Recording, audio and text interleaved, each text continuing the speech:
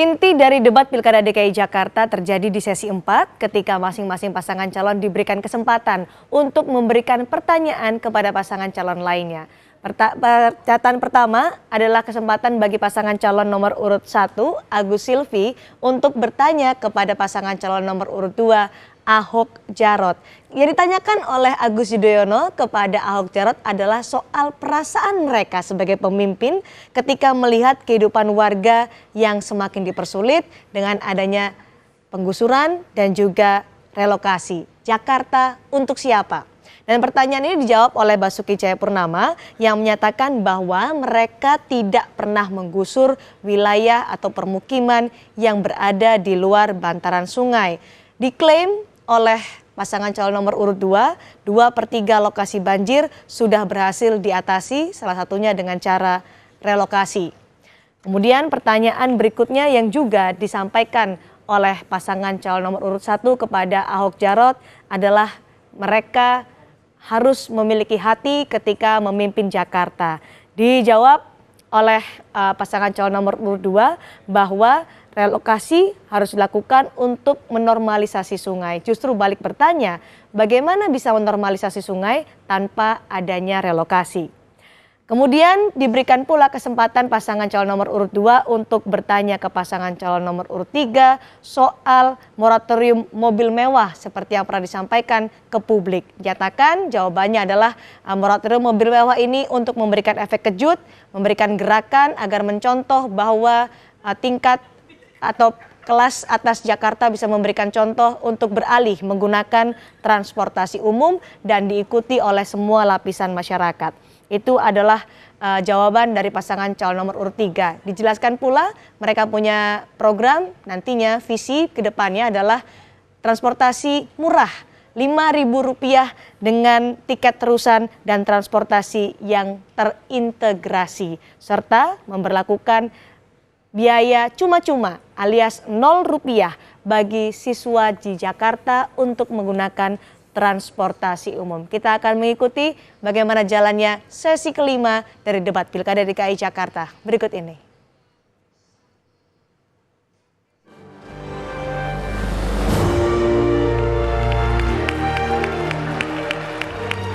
Para pasangan calon dan penonton juga netizen, inilah sesi kelima. Paslon polanya masih sama dengan sesi sebelumnya di mana pertanyaan muncul dari para pasangan calon untuk kemudian harus ditanggapi dan diargumen kembali oleh masing-masing kandidat guna mempertahankan gagasannya. Saya ingatkan kembali bahwa tema pertanyaan harus sesuai dengan yang ditetapkan oleh KPUD yaitu tentang pembangunan sosial ekonomi untuk Jakarta yang dapat diturunkan ke masalah sosial ekonomi, transportasi, lingkungan hidup, keamanan, serta pendidikan. Baiklah, langsung saja pada sesi kelima putaran pertama, pertanyaan dari paslon kedua kepada paslon pertama. Untuk itu, saya berikan waktu kepada paslon kedua selama 1 menit bertanya kepada pasangan calon nomor urut 1. Silakan. Ya, saya mau tanya, saya juga heran hasil audit terakhir, namanya dana bergulir itu sudah di stop. Karena di zaman Bu Sirvi masih jadi wali kota, Pak Foke masih gubernur, itu macet ratusan miliar. Dan beberapa penerima dana bergulir ini masuk penjara. Makanya setelah dievaluasi, kami kembalikan evaluasi kepada Bank DKI. Nah, kami tidak mengerti bagaimana caranya. Lalu tadi juga pasangan calon 1 katakan meluncurkan kartu 1 Jakarta. Kami sudah luncurkan dengan Bank Indonesia Juni tahun lalu, nama itu kartu Jakarta One. Namanya non-tunai, kartu non-tunai terintegrasi. Itu tidak bisa sembarang buat nama tanpa persetujuan Bank Indonesia. Jadi saya bingung bagaimana pasangan nomor 1 mengeluarkan program-program ide-ide yang sebetulnya bertentangan dengan aturan dan lebih banyak mengkopi kami bolak-balik nama. Nggak bisa. Mari saya mau tanyakan solusinya seperti apa. Terima kasih. Baik, langsung saja kepada pendukung paslon kedua. Paslon 1, Anda memiliki waktu 1,5 menit untuk menjawab pertanyaan tersebut. Silakan. Itu sebabnya saya mengeluarkan 1 Jakarta. Kenapa? Karena saya melihat sendiri Saya tahu betul di dalam belum jalan. Karena itulah saya mengatakan, saya sudah siapkan aplikasi ini dan saya sudah siapkan apa yang perlu dilengkapi. Bicara di sini Kartu Jakarta Pintar, di sini ada education report. Bicara KJS ada medical report. Bicara transportasi, bicara bagaimana ini juga bisa menjadi ATM, dan yang paling penting lagi kita nggak repot. Data semua berada di sini. Dan saya yakin bahwa kalau kita memiliki satu Jakarta ini, sekali lagi, bukan hanya melaunching, tetapi realisasinya. Terbukti KJP saja banyak keluhan. Kenapa sampai terlambat KJP? Kenapa orang harus sengsara? Padahal pendidikan itu adalah tanggung jawab pemerintah bersama-sama dengan masyarakat.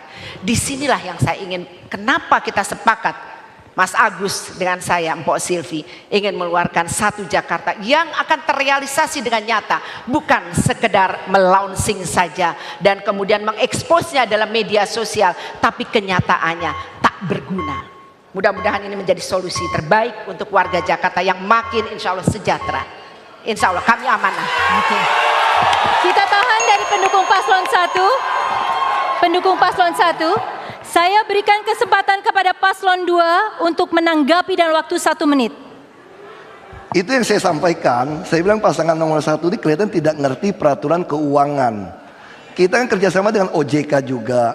Kami ingin seluruh Jakarta ini cashless society. Makanya OJK dengan BI mengeluarkan rekening bank, nama itu tabunganku. Setor 20.000 di bank besar boleh buka rekening. Nah, kenapa kartu Jakarta One itu sudah jalan? Ini soal cetak saja. Kenapa BI memberikan izin pada kami? Karena kami sudah punya database. Semua KJP ada 692.000 pemegang. Semua pemegang rumah susun, semua yang naik bus Transjakarta, semua UMKM, semua PKL itu sudah kami daftarkan. Nah, karena itulah BI mengizinkan kami menerbitkan kartu Jakarta One, dan bank-bank yang lain sudah MOU dengan kami, baik BCA, Mandiri, mereka mendukung. Backbone-nya siapa? Bank DKI. Tapi datanya ada di Dinas Kominfo. Jadi saya kira kurang mengerti peraturan keuangan. Waktunya habis. Baik. Paslon 1 langsung saja. Paslon 1 Anda dapat menanggapi kembali selama 1 menit. Inilah masalahnya, pemimpin yang selalu curiga dengan rakyatnya sendiri. Pertama tadi pertanyaannya, bagaimana meyakinkan agar masyarakat tidak masuk penjara? Selalu otaknya bagaimana masyarakat tidak masuk penjara? Bagaimana pertanyaannya kalau mereka berhasil? Tidak pernah ditanyakan. Tadi pemberdayaan RT RW 1 miliar, Pak Jarod pertama-tama menyampaikan pertanyaan tadi seperti itu. Pak Basuki juga menyampaikan bagaimana nanti untuk bantuan modal usaha atau dana bergulir. Tetapi yang perlu kita yakin di sini adalah tujuannya benar, membantu mengembangkan UMKM. Kami bergerilya selama 3 bulan. Semua mengatakan kami sulit modalnya Pak, kami tidak diperhatikan. Kami berkeliling juga, semua komunitas RT RW mengatakan kami tidak diperankan sebagaimana mestinya. Kami ingin berinisiatif, kami tahu lingkungan kami puluhan tahun tinggal di sini. Dan itulah mengapa kami ingin berdayakan RT RW, karena kami yakin bersama rakyat Jakarta akan maju. Baik, itu tadi tanggapan. Tolong pendukung nomor 1 ditahan, kita akan lanjut. Baiklah, tadi tanggapan dari paslon 1 mengakhiri putaran pertama, kita akan lanjut. Saya tidak akan melanjutkan kalau belum diam dari para pendukung pasangan calon.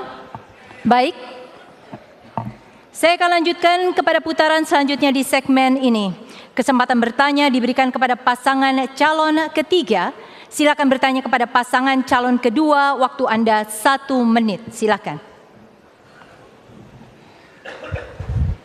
Bicara tentang sosial ekonomi adalah bicara tentang manusia. Dan artinya kita meningkatkan mutu manusianya. Sudah berkali-kali garis bawahi. Kami mengatakan berkali-kali sejak dulu konsentrasi pada manusia, pada manusia. Jangan hanya konsentrasi pada pembangunan benda-benda mati yang indah difoto dan bisa ditunjukkan dalam 5 tahun hasilnya. Justru yang harus ditonjolkan adalah pembangunan kualitas manusia. Pertanyaan untuk pasangan calon nomor 2 adalah, apa strategi untuk meningkatkan mutu manusia di Jakarta. Apa strategi untuk meningkatkan mutu pendidikan di Jakarta? Silakan. Ya, baik, silakan Paslon 2, Anda memiliki waktu 1,5 menit untuk menjawab pertanyaan tersebut. Di dalam visi misi program kami yang dimaksud dari pasangan calon 3 itu bukan strategi. Karena kalau strategi kami itu adalah transparansi, non tunai, tapi kami namanya kebijakan. Kebijakan kami apapun yang dipikirkan, dirancang, dianggarkan harus membuat penuh otak, perut dan dompet warga DKI. Nah, di sinilah perbedaannya. Pasangan ini mengatakan kami hanya membangun fisik, jembatan segala macam. Bukan, karena kami ingin memperbaiki orang. Orang bagaimana mau sekolah, gimana mau beribadah kalau tempatnya banjir sampai 3 minggu. Karena itulah kami membangun fisik, seat pile, danau, membuat sungai yang rapi. Jadi ini bukan dilihat benda mati. Ketika kita melihat sebuah taman, ruang publik terbuka ramah hijau, ini benda mati, iya. Tapi ini dikaji dengan pemetaan sosial supaya orang dari janin sampai lansia betah di sana. Nah, makanya kalau kita hanya mengatakan membangun manusia, tidak ada bangun benda matinya, itu namanya apa tuh nggak? Itu namanya teori. Ngajar di dosen di kampus itu ya teori. Cuma ngomong saya mau bangun ini, bangun itu, bangun ini, tapi nggak ada actionnya. Kalau kami tahu tujuannya, visinya jelas, terukur, ya harus membangun, harus ada fisik supaya sumber daya manusia ini tercapai. Nah, saya kira pasangan nomor 3 memang gayanya mungkin dosen gitu ya. Terima kasih. Waktunya habis, Pak Basuki. Ya. Pemimpin yang memecah belah. Baik, ini Paslon 3, giliran Anda menanggapi. Pendukung Paslon 2. Paslon 3, giliran Anda menanggapi dan waktu 1 menit, silakan. Saya rasa sederhana. Pertanyaannya bagaimana membangun manusia? Jawabannya nggak nyambung sama sekali. Karena itu Pak Basuki nyamanya. Karena itu Pak Basuki jangan hanya kerja, harus punya gagasan, harus punya kata-kata. Karena dua itu memberikan narasi. Dan Bung Karno mengatakan banyak bicara, banyak bekerja. Bukan hanya banyak bekerja tanpa bicara. Tugas pemimpin mengirimkan pesan dan itu menggunakan kata-kata. Kalau Anda meremehkan kata-kata, maka Anda akan memecah belah warga Jakarta. Hormati kata-kata. Dan saya sekarang bawahi, bangun pendidikan ini penting. Kenapa? Karena kami melihat pendidikan lebih dari sekedar soal persekolahan. Salah satu masalah transportasi di Jakarta adalah karena para pengemudi tak pernah mengalami proses pendidikan peningkatan mutu profesi. Kami akan melihat pendidikan lebih luas dari soal sekolah. Terima kasih. Ya, langsung saja ditahan pendukung Paslon 3. Oke. Para pendukung, kita tenang untuk kita bisa melanjutkan sesi ini. Terima kasih. Langsung Paslon 2, Anda dapat menanggapi kembali selama 1 menit. Ya, itu yang saya sampaikan, bahwa tidak mungkin untuk mencapai sebuah tujuan tidak membangun infrastrukturnya. Misalnya kita bicara soal sopir bus. Nah, kami melakukan apa? Transjakarta mengambil alih semua. Tetapi sopir yang kerja di bawah Transjakarta, walaupun tetap milik swasta, kami bayar rupiah per kilometer dapat 2 kali UMP. Karena kami sadar perusahaan yang lama itu tidak mampu menggaji 2 kali UMP. Dan apalagi yang kami katakan, visi kami terukur dengan angka. Apa angka itu? Itulah indeks pembangunan manusia. Makanya jangan heran Jakarta nomor 1. Malahan kita terima 4 piagam dari Bappenas. Belum pernah di Republik ini sebuah provinsi mendapatkan 4 piagam sekaligus dalam hal pembangunan manusia. Dan itu diperoleh oleh DKI. Terima kasih. Baik, waktunya sudah cukup. Harap tenang pendukung paslon kedua. Ya. Hadirin yang ada di ruangan ini, saya tahu situasinya mulai panas, tapi kita tetap mengacu kepada tata tertib supaya jalannya memang lebih lancar dan kita sesuai waktu. Seperti yang kita sepakati di awal. Baik, kita langsung saja masuk ke putaran terakhir di segmen kelima ini. Kesempatan bertanya saya berikan kepada pasangan calon pertama. Silakan bertanya kepada pasangan calon ketiga. Waktu Anda 1 menit dari saat dimulai. Silakan. Terima kasih. Assalamualaikum Pak Menteri, Pak Anies. Saya ingin bertanya, bagaimana menurut Bapak bahwa Jakarta ini kok ketegangan sosial, keamanan, kriminalitas boleh dikatakan termasuk yang terburuk di kota-kota besar di dunia. Bapak kebetulan sebagai seorang pendidik tentu punya kisi-kisi yang baik bagaimana supaya ketegangan sosial, kriminalitas tidak meningkat. Sehingga kita betul-betul pingin Jakarta ini nyaman, aman, kemudian tidak terganggu, tidak ada pelecehan. Kemudian juga bagaimana masyarakat ini juga ya merasa Jakarta ini layak untuk dihuni. Terima kasih. Baik, waktunya kurang dari yang ditetapkan, tapi kita bisa langsung saja kepada paslon 3. Anda memiliki waktu 1,5 menit untuk menjawab pertanyaan tersebut. Pertama, kita mari sadari, hadirnya pemimpin adalah untuk bisa membuat suasana bersama bagi semua, persatuan. Karena itu, pemimpin justru harus bisa berdialog dengan semua, berbicara dengan semua. Karena saya ingin garis bawahi, damai bukan ditandai dengan tiadanya kekerasan, damai ditandai dengan hadirnya rasa keadilan. Dan ini bukan teori, justru ini adalah aplikasi praktek. Karena itu yang dimunculkan nomor 1, lapangan pekerjaan bagi semua. Lapangan pekerjaan membuat orang memiliki karya, memiliki harga diri. Yang kedua, memastikan interaksi antar warga terbangun dengan baik. Di seluruh wilayah Jakarta dibangun interaksi. Lewat apa? Kegiatan olahraga, kegiatan kesenian di tiap kampung-kampung di Jakarta, kegiatan kebudayaan. Jakarta menjadi kota yang hidup, warganya berinteraksi satu sama lain di tingkat yang paling bawah. Yang tidak kalah penting, di tingkat Jakarta sendiri, kita akan pastikan bahwa Jakarta bukan saja milik mereka yang di atas, tapi milik semua. Kita akan tegas. Untuk urusan penggusuran tegas, tapi untuk urusan prostitusi, Alexis lemah. Kita akan tegas menghadapi mereka. Dan ini adalah cara kita menghadapi Waktunya masalah habis, itu. Pak Anies. Langsung saja saya minta kembali kepada paslon 1. Ditahan, tadi kita sudah sepakat, para pendukung paslon 3 harap ditahan. Kita berikan waktu kepada paslon 1 untuk kembali menanggapi dalam waktu 1 menit. Silakan. Terima kasih Pak Anies.